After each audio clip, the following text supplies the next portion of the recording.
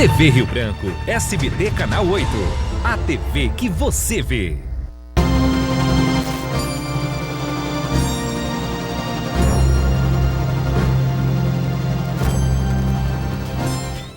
Bom dia, amigos da TV Rio Branco. Hoje é quinta-feira, 10 de dezembro de 2020.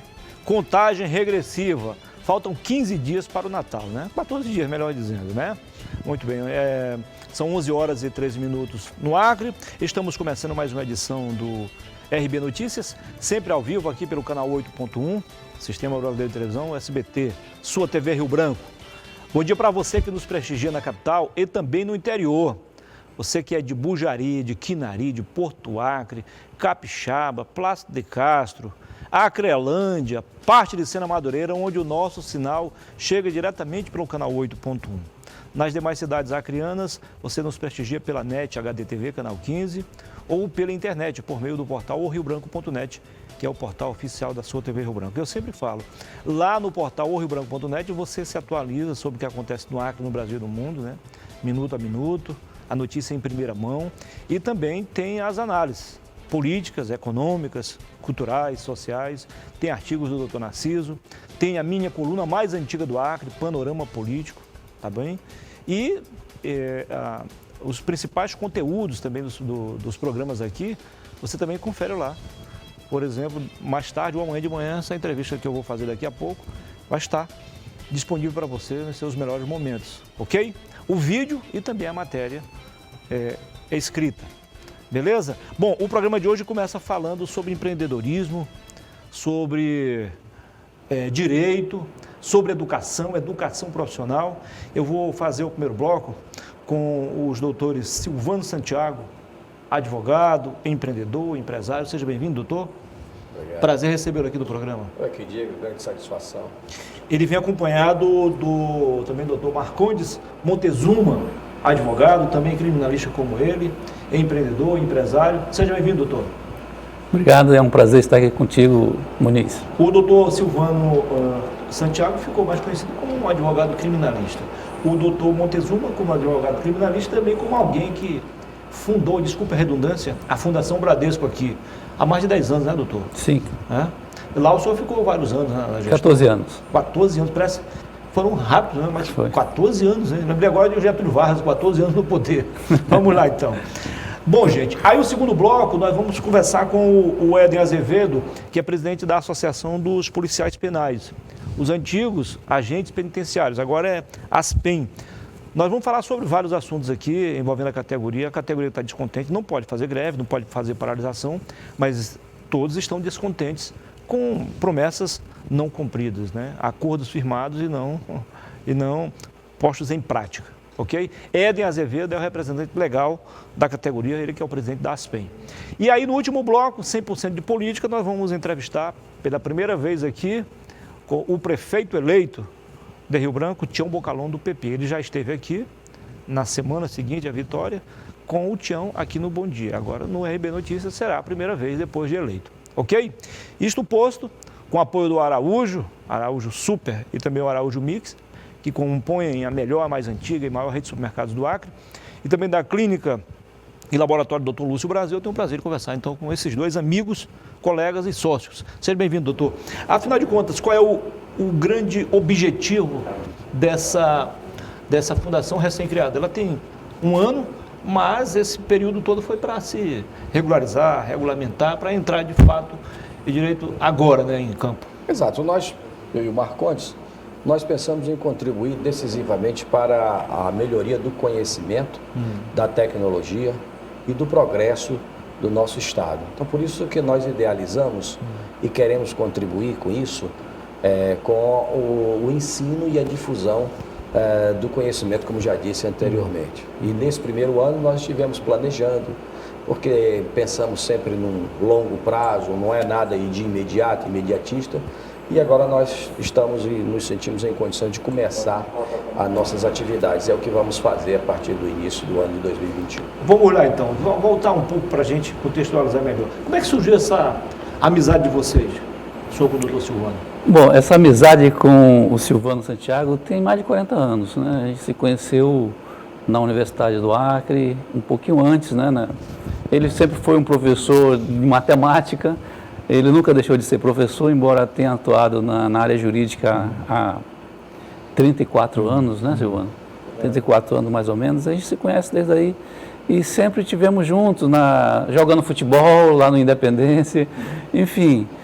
E quando eu voltei do meu mestrado e depois quando eu fui encaminhado para a área do direito, nós voltamos a conversar e pensar projetos políticos, pedagógicos, né, para desenvolvimento estratégico do Acre. Legal. Em termos de ciência, tecnologia e de formação. Porque percebemos que essa carência ainda é muito premente no Estado, Sim, com certeza. no município. E nós estamos, então, disponíveis para as prefeituras e para o governo do Estado a oferecer assessoria, consultorias, cursos, qualificação e projetos estratégicos para desenvolvimento. Porque, Muniz, você que é uma pessoa bem informada, sabe que existem muitas ideias no Acre, mas as pessoas não sabem como fazer. Ideias boas. Alguns têm medo, né? Nós sabemos, e sabemos onde estão os recursos, como construir isso. E a Fundação é uma forma de viabilizar e uma forma de contribuir de forma organizada, e de forma científica e de forma proba. Né? Por isso que a nossa Fundação é sem fins lucrativos. Legal. Abri um parênteses aqui, que não tem muita coisa a ver com o assunto, mas só para constar. Então, os senhores trabalharam no Independência com o mestre Bebé, ou já foi depois? Foi um pouquinho depois. Né? Eu fui muito longe, né? Mas o escapulário estava por lá. Escapulário, jogava muito. Na posição, ele e o Emerson foram os melhores aqui. Né? Foram, verdade. Hoje eu duvido que um volante desse aí, que é a antiga cabeça de área, tenha coragem de dar uma caneta no cara ali na meia-lua ali, né? Duvido. Se perder ali, já era. Eles faziam isso, né? Faziam isso com a maior maestria. Mas vamos que vamos. Doutor Silvano, afinal de contas, os países que fazem parte da União Europeia, não são todos os países da Europa, em sua maioria, 50% da mão de obra economicamente ativa se enquadra nesse campo que vocês estão a explorar, ou seja, o cara ainda não tem um curso superior, mas ele tem um curso profissionalizante. A partir dali, ele tem uma base para seguir seus estudos e, de imediato, ter o ganha-pão, ter uma atividade econômica. Pensando nisso, vocês fizeram isso também? Porque, evidentemente, que nós temos que nos desprender daquela ideia de que o Estado é o grande pai de todos. E nós vivemos num local que precisa ainda escolher qual vai ser o seu viés econômico. Sim. Nós não sabemos exatamente hoje, não temos, é claro, somos um dos mais pobres estados do Brasil, porque nós também ainda não definimos isso. Não é? Então a nossa fundação é uma tentativa de fazer com que a grande massa populacional, ela esclarecida, e é preciso que a gente se esclareça, para poder exatamente contribuir financeira e economicamente nessa distribuição da renda. Não é só o Estado o patrão. Isso que nós pretendemos colocar, a consciência, a conscientização. E a Fundação, capitaneada por nós dois, ela vai, num primeiro momento, e se coloca à disposição da municipalidade, principalmente, para capacitar. Veja, Muniz, que nós temos carências grandes no que diz respeito ao ensino da própria matemática, da língua portuguesa. Há uma dificuldade de interpretação. Eu que sou professor já no ensino superior, sinto latente isso. A pessoa chega no ensino superior com muita deficiência. Então a Fundação quer, no primeiro momento, inverter esse quadro. E a educação deve ser um papel de todos nós, independentemente da coloração político-partidária de quem esteja ali. Legal, eu vou só buscar um ponto aqui para contextualizar melhor. E sim, sem entrar no mérito da ideologia, porque o assunto não é bem esse, mas nós tivemos 20 anos aí, só pegando a carona sua, de um governo de esquerda que tinha o extrativismo vegetal, né, baseado na florestania, como saída econômica. Eu acho que a ideia era legal, era boa ideia, mas não deu certo, pelo menos como eles queriam, né? E já no final já do governo de Tião Viana, ele tentou já mudar um pouco esse curso para agroindústria, tentar iniciar esse processo de industrialização. Bom, 20 anos depois entra um governo assumidamente de direita, Gladys Cameli, com a proposta voltada ao agronegócio. Como se situar nesses dois extremos aí, doutor Montezuma? O senhor que é um cara bastante inteligente também, assim como o doutor Silvano, e que tem uma visão panorâmica sempre. A pergunta que nós temos que responder talvez seja a seguinte: qual é a expertise ou qual é o conhecimento científico que você precisa para tirar ou fazer a extração do látex? Eu, com 14 anos, eu posso ir lá e tirar a borracha do látex? Eu, com 12 anos, posso fazer isso? Qual é a expertise científica que você precisa para coletar castanha e colocar no jamaxi, no bisaco e levar para casa? Você tem algum conhecimento científico que precisa para essas atividades importantes que foram o extrativismo no Acre? Isso. Não é? Que, inclusive, transformou o Acre na Primeira Guerra Mundial em um maior exportador de bem de consumo, como foi a borracha. Ali o Acre teve um papel importante, né? Exato. Naquele processo. Quer dizer, nenhuma. A resposta é simples, nenhuma. Porém, se você propõe um extrativismo científico, que é o extrativismo de colher os princípios ativos das plantas, ou você fazer um inventário genético e biogenético no hectare de planta, você precisa ter uma expertise científica. Além de agregar valor, você tem que ter a pessoa que identifica, que classifica a planta na floresta, um conhecimento de biologia, de química, de bioquímica, de botânica. E nós temos universidades e faculdades aqui no estado que podem formar essa mão de obra.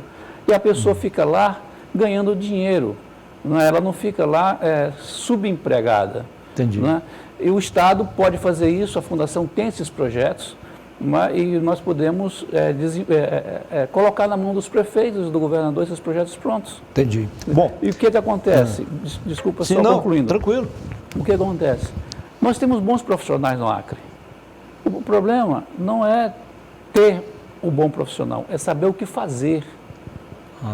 E como fazer. A Fundação tem essa expertise, tem esse conhecimento e tem esses projetos. Então você veja que, ao responder a sua pergunta, eu fui não só na história do Acre, mas também fui naquilo que é mais importante, que o Silvano já falou, que é tirar o acreano das costas do Estado.